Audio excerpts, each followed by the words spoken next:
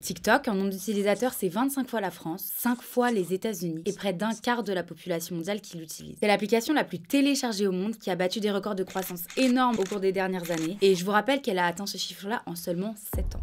TikTok, c'est également une application qui a eu un impact énorme dans l'industrie de la mode, de la musique, de la politique, et pourtant, elle est en passe de disparaître. Hello, moi c'est Anaïs, je suis avocate aux États-Unis et je vous donne mon point de vue juridique pour vous aider à décrypter l'actualité. Aujourd'hui, on va parler de TikTok et de sa potentielle disparition.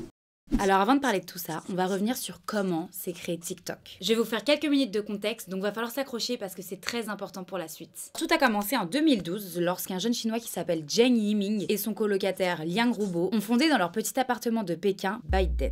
D'ailleurs, petite anecdote que j'ai adorée, sur la page YouTube de ByteDance, il y a une vidéo de Zheng Yiming qui revient dans leur appartement et je trouve ça assez cool de voir l'homme le plus riche du monde a commencé dans ce genre de conditions. ByteDance, c'est un petit peu la maison mère et il y a plein de sociétés au sein de ByteDance comme par exemple TikTok. La première boîte de ByteDance, ça va s'appeler Toutiao. Zheng Yiming, avant de créer ByteDance, il avait déjà travaillé à Microsoft et il avait remarqué que les utilisateurs peinaient à trouver les informations qu'ils cherchaient à cause des algorithmes des moteurs de recherche. Et c'est dans ce contexte-là que Zheng Yiming il veut développer une application, un moteur de recherche qui sera basé sur l'intelligence artificielle pour être bien plus performant. L'application chinoise Toutiao attire plus de 13 millions d'utilisateurs en moins de 2 ans. Donc c'est un succès fou, c'est énorme. Et vous allez me dire, mais attends, il est où TikTok dans tout ça? Attendez, César n'a pas construit l'Empire romain en 2 jours. Rome ne s'est pas construit en 2 jours. Voilà, c'est ça qu'on dit. En 2016, ByteDance va créer la version chinoise de TikTok qui s'appelle Douyin. Au moment où il investit, il arrive à lever énormément de fonds. Enfin voilà, là vraiment, ByteDance s'est installé, les investisseurs croient en eux. C'est en 2017 que ByteDance va lancer l'application TikTok à l'international. Et à cette époque-là, il y avait une autre application qui faisait des vidéos courtes sur des petites musiques. Ça vous dit quelque chose? Musical.ly. Et Musical.ly était très développé aux États-Unis. Donc qu'est-ce qu'a fait TikTok? Eh ben ils se sont dit,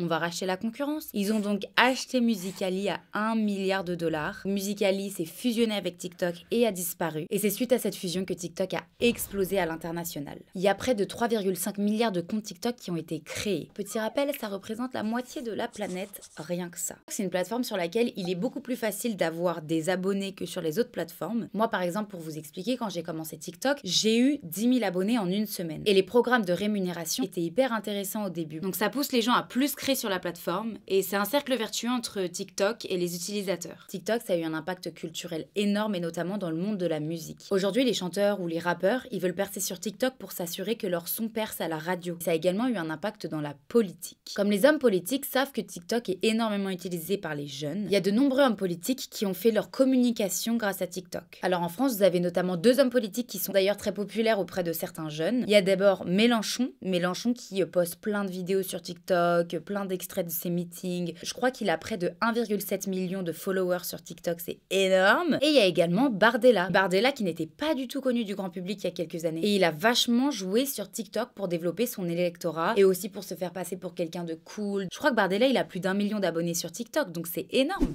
L'application chinoise a eu un impact dans le monde entier, mais également aux États-Unis. Aux États-Unis, c'est près d'un Américain adulte sur 2 qui a TikTok. Alors TikTok, ils ont également déclaré qu'ils soutenaient l'essor de 7 millions de petites et moyennes entreprises aux États-Unis. Et selon l'application TikTok, encore une fois, TikTok générait aux États-Unis près de 300 000 emplois. Donc comme vous vous doutez, l'énorme succès aux États-Unis d'une boîte chinoise créée par un Chinois, Zheng Yiming, n'a pas du tout plu aux Américains. Pourquoi ça ne plaît pas aux États-Unis? Je vais pas vous refaire l'histoire. La Chine, les États-Unis se détestent. Les Américains soupçonnent TikTok d'être lié au Parti communiste chinois, ce qui permettrait au Parti communiste chinois d'espionner tous les utilisateurs TikTok et donc la population américaine. Et ils accusent également TikTok d'en faire un outil de propagande auprès des utilisateurs pour faire passer les idées du gouvernement chinois. Et donc les Américains, comme ils avaient le démon contre TikTok, ils se sont dit on va bannir TikTok aux États-Unis. Et pour ça, ils ont passé une loi.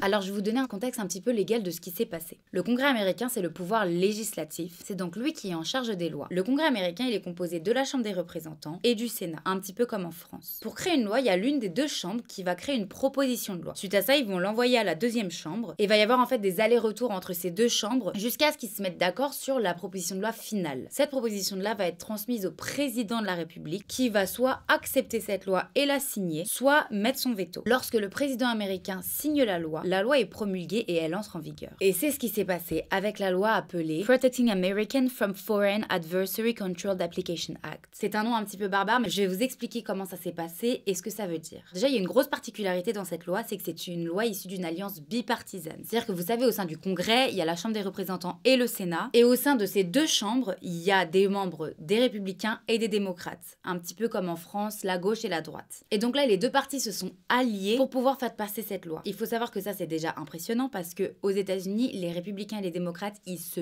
détestent, c'est la guerre, et ils sont passés au-dessus de toutes leurs idées politiques, leur haine, leur rivalité pour pouvoir se mettre d'accord et passer une loi. Et ça montre tout l'enjeu de cette loi et à quel point elle est importante pour les Américains. Et donc le 24 avril 2024, la proposition de loi a été envoyée à Joe Biden qui a signé la loi et l'a promulguée. Donc la loi, elle est faite, elle est promulguée, elle est faite. Mais qu'est-ce qu'elle veut dire cette loi? Elle dit: salut Biden, vous avez jusqu'au 19 janvier 2025 pour vendre TikTok à une entité non chinoise en qui nous on a confiance. Sinon, TikTok sera banni des États-Unis. Elle met donc un ultimatum de 9 mois à la plus grosse boîte chinoise pour vendre leur plus grosse application. Je sais pas si vous vous rendez compte de la dinguerie du truc. Déjà, moi, je risque de perdre mon travail. Non, je rigole. Mais attention, cette loi, elle dit aussi que dans le futur, tout réseau social qui sera détenu par une entité qualifiée de adversaire par le président américain devra être vendu sous peine d'être banni. Donc c'est une loi qui s'adresse à TikTok, mais qui prévoit aussi des cas futurs. Je trouve que cette loi, ça pose une énorme question de où s'arrête la liberté pour pouvoir assurer la sécurité.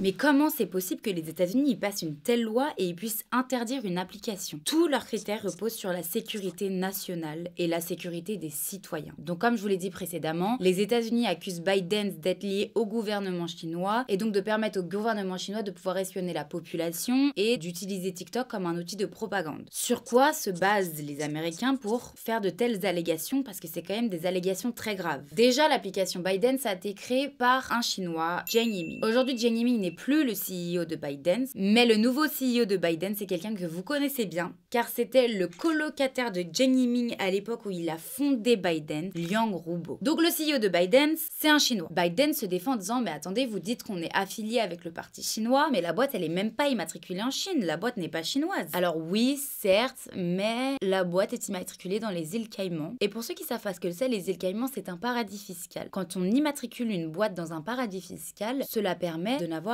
aucune transparence et que personne ne puisse venir vérifier ce qui se passe dans notre boîte. C'est donc un moyen d'un petit peu faire des petites magouilles en étant tranquille. Donc les données des utilisateurs, on sait pas où elles vont, on sait pas quelles sont les règles, on sait pas qui y a accès, on sait rien de ce qui se passe. Donc l'argument de TikTok sur l'immatriculation tombe un petit peu à l'eau. Et d'ailleurs, je vous avais expliqué en début de vidéo que Biden c'était une société mère avec plusieurs filiales à l'intérieur. En 2021, le gouvernement chinois a acquis 1% d'une des filiales de Biden. Et 1% d'une filiale de Biden, ça peut peut-être vous paraître minimal, mais ça permet au gouvernement chinois d'avoir accès à plein d'informations de Biden et donc de TikTok. Et ça permet également au gouvernement chinois d'avoir un poids dans toutes les décisions d'administration, de gestion, de protection, etc. de Biden et donc de TikTok. Le fait que TikTok, ça soit une boîte qui a été créée par des Chinois, qui soit détenue par des Chinois encore aujourd'hui, que le gouvernement chinois détienne des parts dans une des filiales de TikTok, etc. Ça permet d'appliquer la loi chinoise de 2017 qui s'appelle la loi sur le renseignement. Et cette loi, pour faire simple, elle impose à toutes les sociétés chinoises de transmettre les informations demandées par le gouvernement chinois en termes de renseignement. C'est-à-dire que le gouvernement chinois, demain, il vient voir Biden et il leur dit: salut, je veux avoir une information sur ça,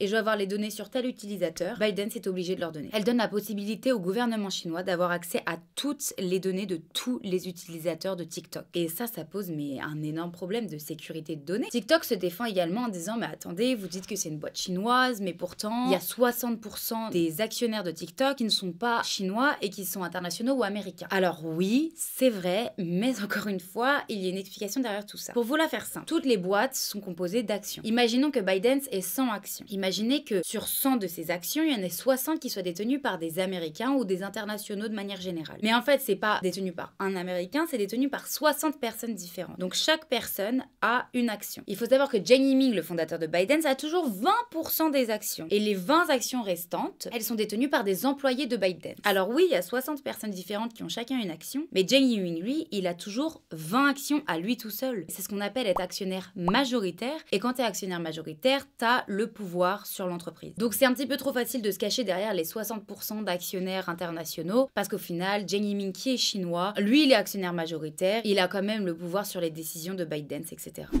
Qu'est-ce qu'on peut faire dans ces cas-là lorsqu'il y a une loi qui passe et qu'on n'est pas d'accord pour cette loi? Le seul moyen de faire tomber cette loi, c'est qu'elle ne respecte pas la constitution des États-Unis. Aux États-Unis comme en France, tout en haut de l'échelle d'importance des textes qu'on doit respecter, il y a la constitution. La constitution américaine, elle est constituée d'amendements avec des grands principes, etc. Toutes les lois, elles doivent être en accord avec la constitution et tous ces amendements. Lorsqu'on estime qu'une loi viole un de ces amendements-là, on peut faire un recours auprès d'une cour d'appel. TikTok a fait un recours en 2024 auprès de la cour d'appel de Washington DC, estimant que cette loi violait le premier amendement de la Constitution qui est la liberté d'expression. Il a exprimé que interdire l'utilisation de TikTok, c'est interdire la liberté des citoyens américains et c'est donc contraire au premier amendement de la Constitution. La cour d'appel de Washington DC a rejeté cette pétition en estimant que cette loi était justifiée par la protection des utilisateurs et qu'elle n'interdisait pas totalement TikTok, elle l'interdisait seulement si TikTok était détenu par la Chine et donc ce n'était pas une interdiction totale. Suite à ça, on peut faire un recours auprès de la Cour suprême. Pour faire un recours auprès de la Cour suprême, il faut déposer ce qu'on appelle une demande de certiorari. C'est une demande dans laquelle on explique pourquoi cette loi a une grande importance, pourquoi elle va avoir un gros impact politique, social, etc.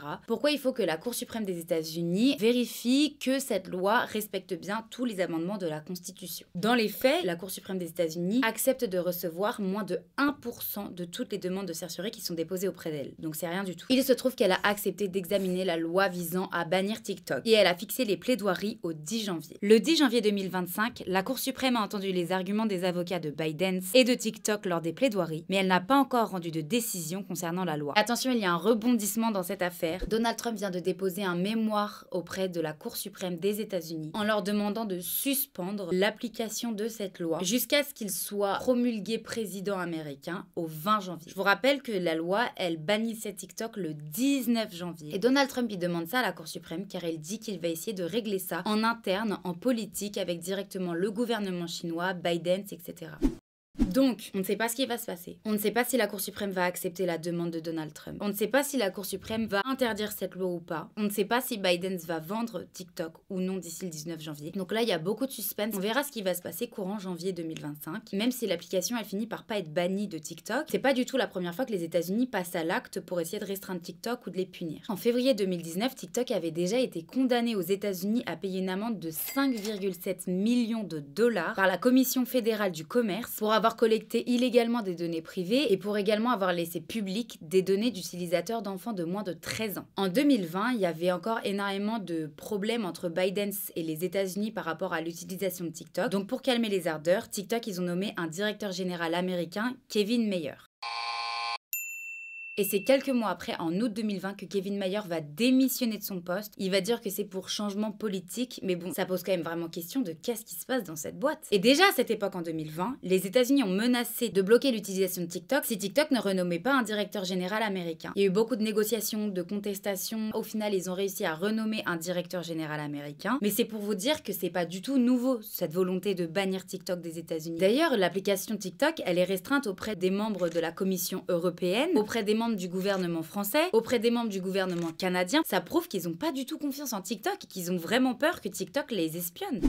On pourrait se dire, comme il y a cette volonté d'interdire TikTok aux États-Unis, peut-être que l'Union européenne ou l'Europe va suivre. Mais moi, personnellement, je pense pas. Depuis le début, l'Union européenne, elle est vraiment dans une démarche de protection, d'encadrement et de réglementation, mais pas dans une démarche d'interdiction. Et je vois mal l'Union européenne interdire TikTok. Pour moi, la loi américaine, c'est vraiment plus une loi politique, parce qu'il y a cette grosse rivalité politique entre la Chine et les États-Unis depuis toujours. C'est en continuité de leur rivalité. Mais l'Union européenne, pour moi, elle a vraiment une démarche différente. C'est clair que la sécurité des données, qui est la préoccupation majeure des Américains, elle existe aussi au sein de l'Union européenne. On a ce qu'on appelle le RGPD. Le RGPD, c'est le Règlement général de la protection des données. Donc, c'est des règles qui vont faire en sorte que les données de tous les utilisateurs des membres de l'Union européenne soient un minimum protégées. Le RGPD, il s'applique de manière très stricte à TikTok. Et donc, c'est pour ça que la Commission européenne, elle va lancer beaucoup d'investigations, d'enquêtes auprès de TikTok. Elle va lui demander beaucoup de rendre des comptes sur où partent les données, comment elles sont protégées, comment protéger encore mieux les données des mineurs. La Commission européenne, elle a également condamné TikTok à payer une amende de 345 millions d'euros pour violation du RGPD et c'était encore une fois par rapport à un problème de protection des données des mineurs. En Union européenne, il y a également le Digital Service Act qui a été créé en 2022 pour renforcer la transparence des entreprises et TikTok doit respecter ce Digital Service Act. Il y a vraiment plein de choses qui sont mises en place en Union européenne pour essayer de protéger les utilisateurs sans avoir besoin d'aller jusqu'à l'interdiction. Il y a également une grosse préoccupation en Union européenne qui est les risques sur la santé mentale. Il y a beaucoup d'enquêtes qui ont été faites par des professionnels de santé et par la Commission européenne et donc beaucoup de mises en alerte par rapport aux risques sur la santé mentale. Il y a un truc qui m'a choqué moi quand j'ai fait mes recherches, c'est que vous vous rappelez, il y a la version TikTok chinoise et la version TikTok internationale qui n'est pas du tout la même. Et en Chine, ils peuvent pas utiliser TikTok, ils sont obligés d'utiliser la version chinoise qui s'appelle Douyin. L'algorithme de recherche de Douyin n'est pas du tout le même que celui qui est utilisé à l'international. Il est beaucoup moins addictif et il est beaucoup plus éducatif. Je trouve ça hyper choquant, l'intention des Chinois derrière tout ça. C'est vraiment, on a envie de rendre tout le monde addict à cette plateforme et un peu de les abrutir. Nous, nos citoyens, on va faire une plateforme beaucoup moins addictive, beaucoup plus éducative, qui va apprendre à nos citoyens, qui va pas les abrutir. En vrai de vrai, je trouve ça hyper flippant. Il y a également d'autres côtés sur la santé mentale, par exemple les filtres TikTok qui ont d'ailleurs été interdits en Union européenne. Et Dieu merci, ça a été interdit parce que vraiment, mais quel fléau, mais comment ruiner la confiance en soi de toute personne qui utilise sans cesse des filtres. Ah, vraiment, pour moi, ça c'était hyper dangereux, donc je suis trop contente que ça soit interdit. Donc voilà, on ne sait pas quel est l'avenir de TikTok. L'arrivée de Trump aux États-Unis redonne un petit peu d'espoir à TikTok par rapport à sa potentielle interdiction aux États-Unis. En Europe, je pense pas que ça va être interdit. Il y a plus une démarche de protection, de faire en sorte que TikTok respecte toutes les règles de chaque pays. N'hésitez pas à laisser vos avis en commentaire si vous pensez que TikTok va être banni, si vous pensez que TikTok devrait être banni, si vous avez des avis sur l'avenir de TikTok. Et n'hésitez pas à liker la vidéo et à vous abonner à ma chaîne YouTube. Gros bisous!